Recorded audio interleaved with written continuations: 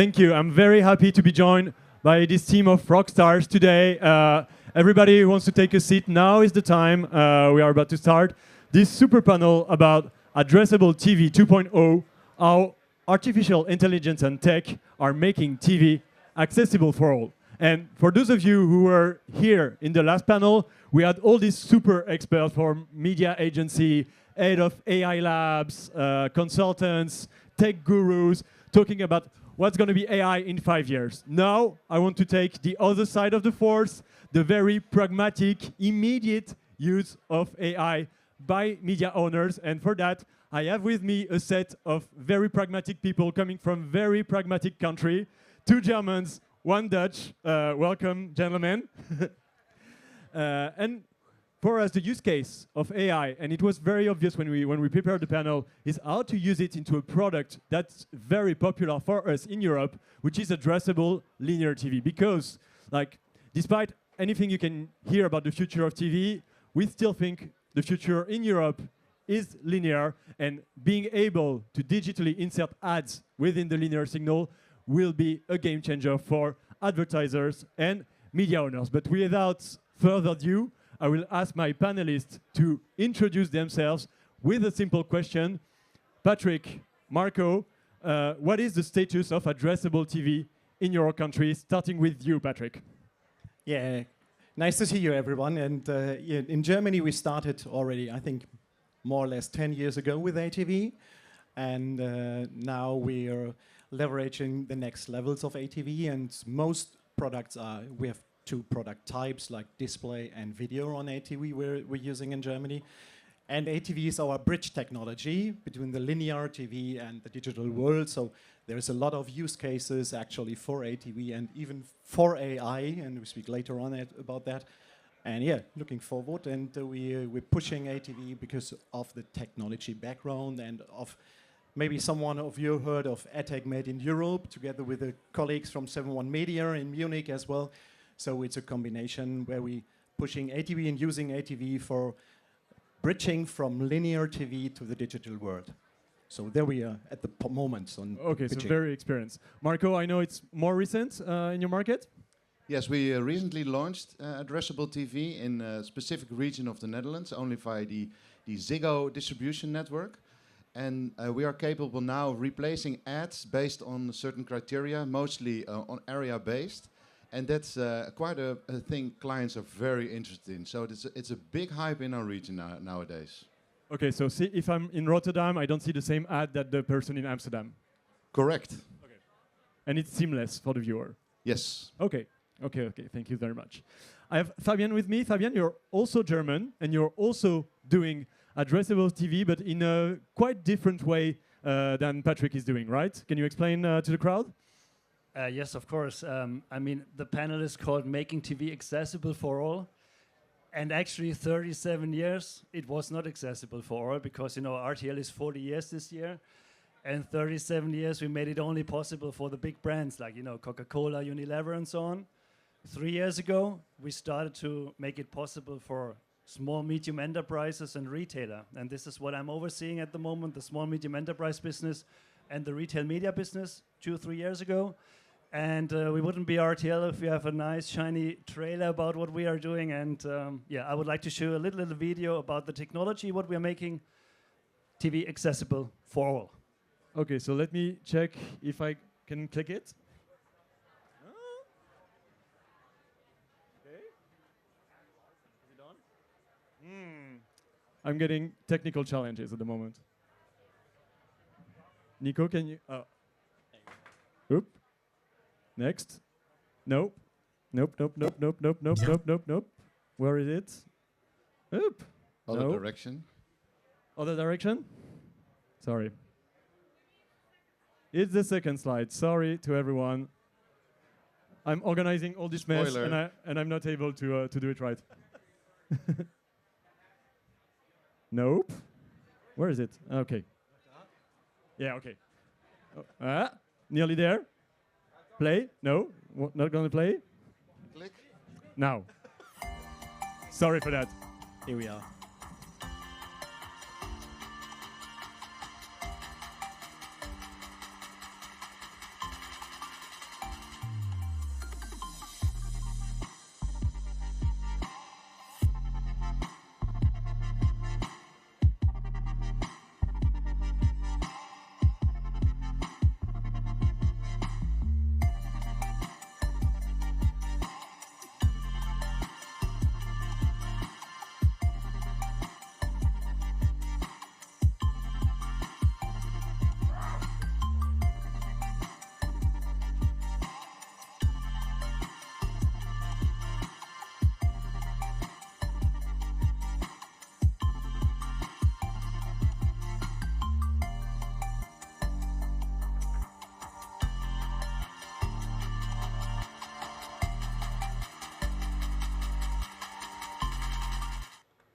So as I said, it's extremely pragmatic. You couldn't be more pragmatic.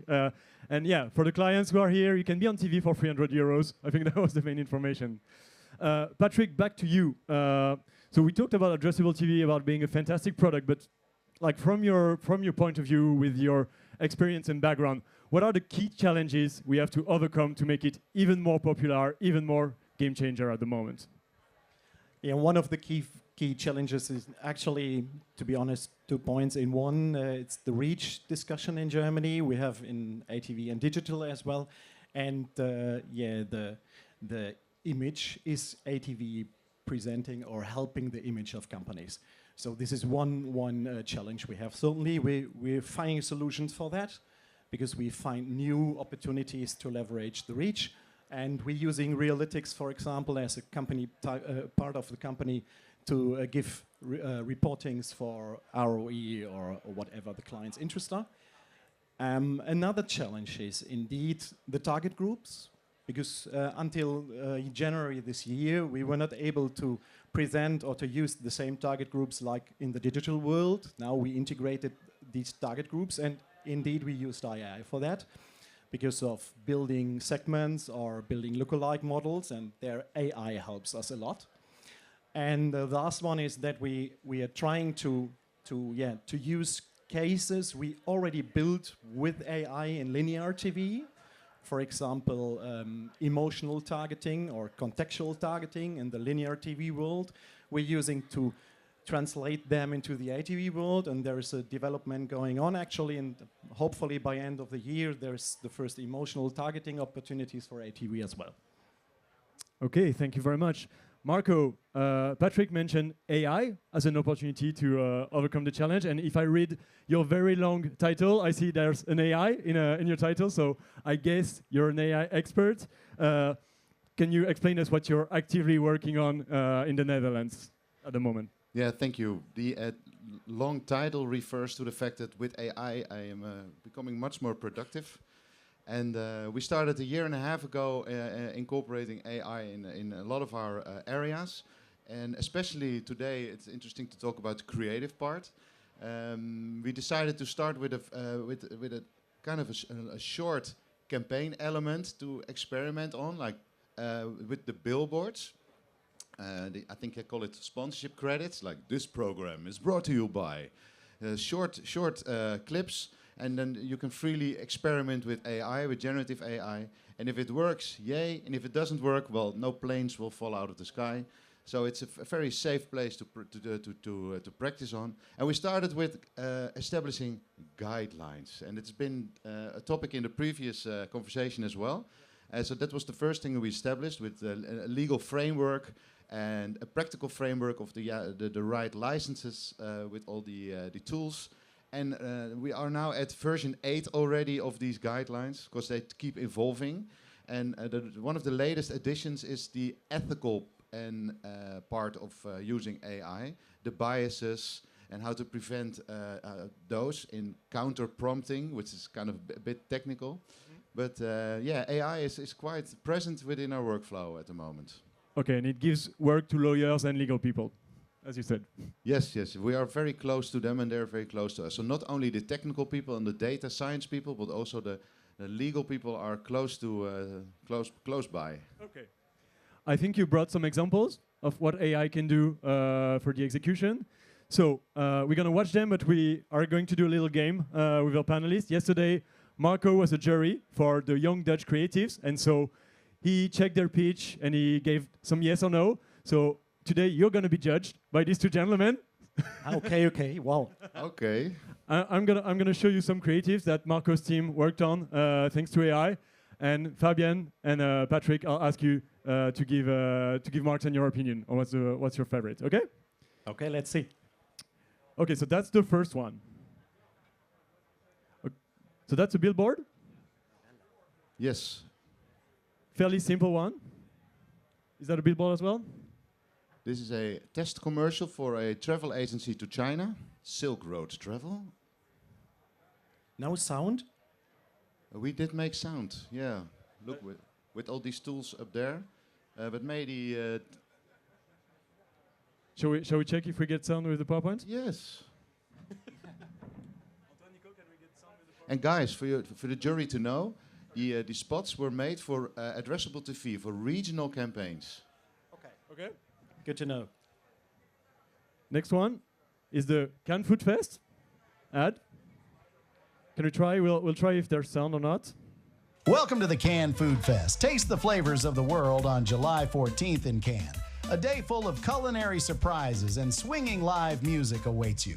From sweet to savory, from local to exotic, the Cannes Food Fest is a celebration for your senses. Feel the rhythm, taste the passion, and be part of this unique experience. I'm going. It's fantastic. In 1 month, be there. I need food now. It's convincing, right? So Patrick, Fabian, I'm going to show it to you a second time, but with a voice in a different language. Bienvenue au Cannes Food Fest. Savourez les goûts du monde le 14 juillet à Cannes. Une journée remplie de surprises culinaires et de musique live entraînante vous attend. Du sucré au salé, du local à l'exotique, le Cannes Food Fest est une célébration pour vos sens. Sentez le rythme, goûtez la passion et faites partie de cette expérience unique. How about that? I'll ask everyone. Back to our seats, back to our jury. Maybe Patrick first. What's your rating? Does it deserve a Cannes Lion? And which one was your favorite? Okay, because I'm hungry, I'm with the food fest. And even if I'm not understanding French, so that's the benefit of AI, perfectly presented, because there was the English version before for me. So yeah, a perfect match at that point. Fabian, what do you think? I like the pictures, I like the music, I like the voice. So I would be very, very happy to have videos like this for our small medium enterprise clients. For the French people in the audience, how did the French version sound, Aurélie? Good? Raise your hand. Yeah? Thank you. Thank you very much, because it was all AI. So the voice over, the script, the images, anything you saw and heard was AI generated, and the human came up with the prompts, and the human edited in the end with the traditional Adobe software. But that's all it takes to generate such videos for for addressable TV usage. And the client, the question every client is asking himself: how much does it cost for a client? How much do you want to pay for it? Sorry. Sorry, it's my sales mindset again. This took a day and a half to make the original one and to translate into different languages, like 30 minutes additional for extra versions. So we would probably charge €2,500 for this, for a TV spot like this. Wow. Okay, so Fabian, we saw the budgets you showed, like €500 a campaign, €300 a campaign. So I guess this kind of approach rings a bell with you. That's something your client will be interested in, right? Did you try it in Germany?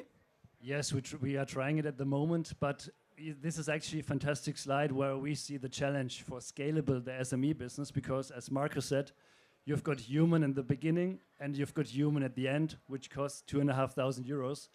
And if you have imagined you are a small medium enterprise like a butcher, a bakery, a car dealer around the corner, they spend 500, 600, 700 euros in media with you. They won't pay 2,500 euros for a video. So we would like to make it possible, and that's what we're working at the moment, to keep the human part out and to use pure technology creating the videos. To have the target at the end of the day that the video costs maybe 50 euros, 70 euros, 100 euros. Similar quality, but a scalable approach for small, medium enterprises to advertise on television. Marco, I guess the advertisers might be a bit frightened to test some like fully AI created creatives, but I know you developed a collaborative approach, right, in your country to make it like a good test and learn case. You're referring to Early. Early Lab is a team within in the Netherlands where we experiment on new products and new ways of working with clients. And we especially brand it as an experimental lab, so that if the results are not per se on Cannes Lion level, the client will not be disappointed. And they are kind of part of the experiment. So they are involved in the whole production process when it comes to AI, but the early lab also includes other experiments, not only with AI. But AI is a kind of a driver of a lot of experiments, especially in the commercial space, where there's briefs coming in daily. These elements we have to produce them multiple times a day. So it's a high rotation of learning and doing things again. So then, and it all happens within the early umbrella. And then the clients are really happy to participate in experiments like this. Okay, so it's collaboration direct between the client and the media owner, and it's a great segue actually into my next topic, because we just had agencies right before, and we've heard from Patrick that AI in addressable TV is helping the planning process, the targeting process, which media agencies are normally involved in. Marco, the solution you built is also something that is attached to creative agency. So of course, it seems that somehow what you're developing, what is being developed at the moment, will impact the agency business, and therefore, of course, the relationship you have as a media owner to the agency. Patrick, what's your take on this? Well, how do you think this will impact your relationship with Group M or the likes of them? I think there are 2 points of this discussion: the creative point and the media point. And yeah, on the creative side, some German clients are not that open to test. Some of them are, especially when we're speaking about retail business, because there the human is not the factor. The product is the factor, the main factor, and you can change the product quite easily for retail in between the ads in a one-to-one communication. So they are open for that. But yeah, with the media agencies, that would be quite interesting. How is going on? How they are using AI even for planning at that point, because AI will be used for planning more and more. If you can see DSPs integrating planning tools which are based on AI, so yeah, it will be interesting and exciting times. I think we're starting in now already, or still starting now. So yeah, quite open. I think we must be on every discussion, or in every discussion, with creative parts as well, because sometimes media agencies can't translate what we need and what opportunities are there. I think maybe we can do that better as specialists at that point. And yeah, we have to speak with the clients and with the agencies at that point. So, Marco, regarding the creative agencies, Yes. they hate you or not? Well, coming to the point of owning this creative process, we are really open-minded about it. We encourage all agencies to actually experiment on this as well, because for us, in the end, it's about the media buy and not per se about creative revenues. So we are encouraging agencies, whether it's a creative team within a media agency or a regular advertising agency, to approach it like this, so that our media is becoming more valuable for their clients. And I think the advertising agencies, there still has to be a human to come up with the creative idea to set the tools to work.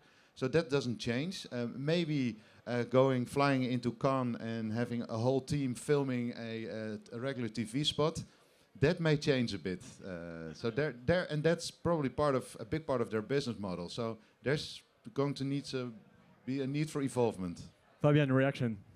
Yeah, I just want to add what Marco just mentioned. It's not for our business. It's not about making money with the video. For the SME clients, we need the video to make the business happen. If we don't have the creative, if we don't have the video, no one will book a campaign. And that's why we support as much as possible with AI maybe in the future to make the business working, to make the business happening. Because right now, as I said, if you have only 200 euros, it's not possible. And one more for you, Fabian, because the SME approach is for small clients, but also for franchise business, right? Like a retailer is indeed a sum of local SMEs. So that's also something you're looking into with Patrick and your German colleagues. Exactly what Patrick just mentioned. If you have like 2,000, 3,000, 4,000 stores or franchises somewhere in Germany or France, you need dynamic creatives. You need to make the ad where your point of sale is. If you have a store in Cologne, you want to advertise in Cologne with your brand, with your offer, with your special products you are maybe offering only in Cologne. And that's why we need technical solutions to make this happen. Otherwise, if humans are doing it, it will never ever scale. And that's a very interesting one, because in the end, there are already those big clients are already working with that with some of our big American competitors that provide already very one-to-one communication. And for me, this will be my wrap-up questions. You know, we are here in Cannes, on the RTL beach, only Europeans, trying to us, surrounded by, well, very famous search engine out there, very famous e-commerce company in the port. Do you think this like combination of AI and addressable TV will allow us to compete on eyes level with these big giants that want to make greater beach at Cannes that we are doing? That's not the case, but we compete on beach level. Can we compete on one-to-one advertising level? Back to you. Yes, because what I mentioned at the beginning, 37 years for SMEs, it was not possible to make marketing on the TV, on the higher funnel, so to say, on the upper funnel, and they love our products because they love content. They love our shows, our series, our movies, what we are broadcasting on our TV channels, and this is, I think, the major asset compared to all the others who are not producing content. And this is, I think, where we have, we will be the winner in the future because we are a producer of content. Yeah, just to underline, we had last week the Screenforce Festival in Germany, where we presented the content of 2025, and exactly that was the reaction. Hey, you are living emotions, you are living live content, and that's what's missing with the GAFAs, and they are trying to get into it. Yeah, because they see that this is relevant content, but I think actually we have this, and we need to push these. This is the reason why we invest that high in Germany on content. And addressable TV at that point, and in a combination with AI, should be helpful, absolutely. Yes, this combination with AI is, I think, absolutely necessary to be able to compete at such scale, because they can do everything much bigger and much faster and on large scale. And if you want to compete with that, we need AI to compensate for that. And I think, coming to your point, that brand awareness and upper funnel communication is not per se a one-to-one operation. And that is what our media is still, it's the king of brand awareness. So that should be probably our focus as well, instead of the one-on-one battle, which is probably not going to win. Even AI will not fix that, on a video level at least. And I must also warn you that this was a AI-generated video, so please don't go to Cannes on July 14th. It is fake, but we didn't put a watermark in it. But it's not a real advertisement. So I can understand the confusion, but it was just a demonstration. Thank you very much to all of you. I think that deserves a great round of applause for you guys. And actually, we have a bit of time left. If someone has a question, you can raise your hand. But as I didn't anticipate that, I think everybody will be super quiet. Marco, Patrick, Fabian, it was a great pleasure preparing together with you, having this panel. I think the message was super clear, super great. So thank you again, and I hope you'll enjoy Cannes. Your panels are over, so now you can concentrate on the rosé for the next 2 to 3 days. Good job. Thank you. Merci. Thank you. Thanks a lot.